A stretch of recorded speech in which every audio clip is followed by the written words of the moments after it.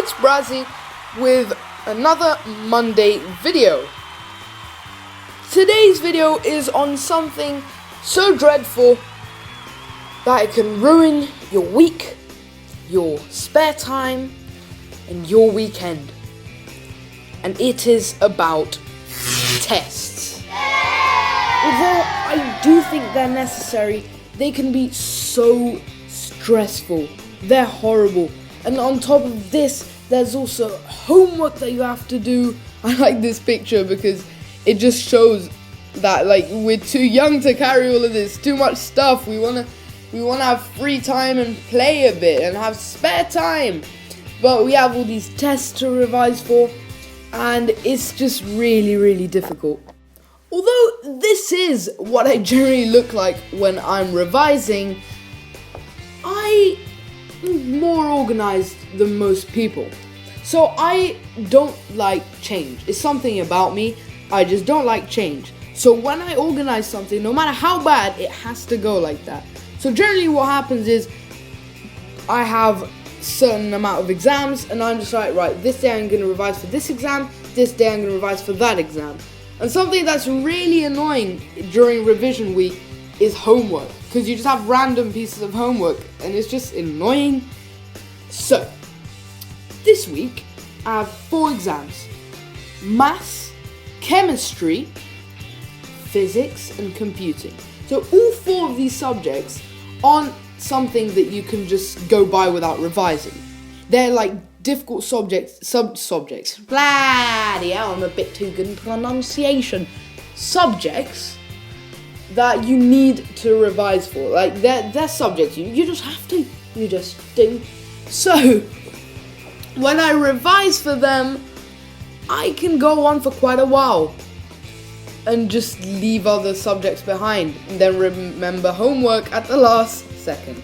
So for me on Saturday, I revised pretty much a whole day of physics, then about 3-4 hours of chemistry.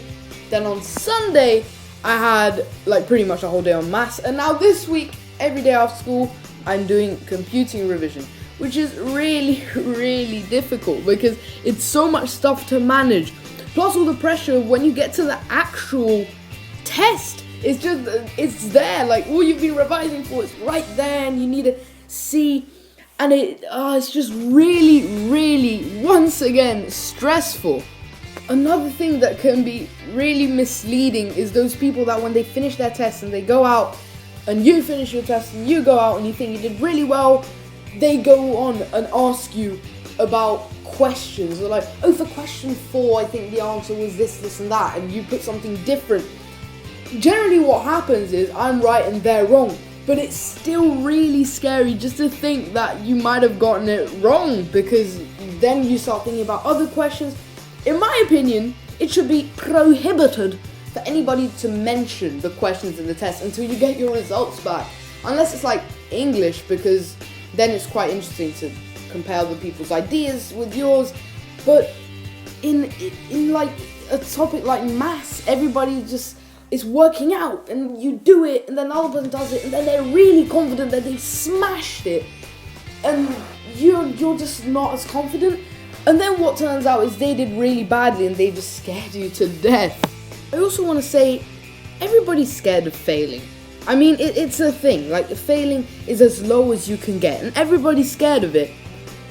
However, I think this is the worst problem in the world. I think it has to be dealt with. It should be taken to Parliament to get decided. I mean, it just must. It has to be taken somewhere and they have to decide on how to fix this.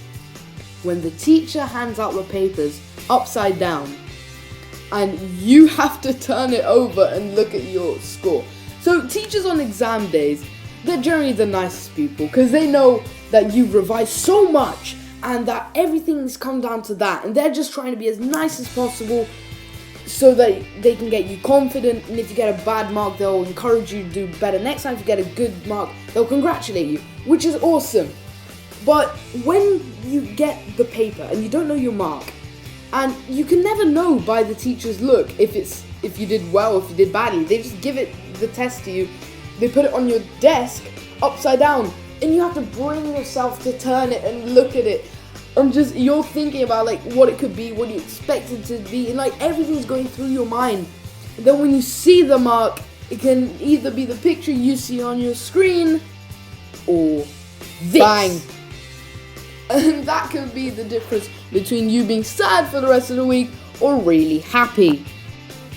So guys, if you can relate to any of these things I talked about in the video, drop a comment down below telling me one of your personal stories.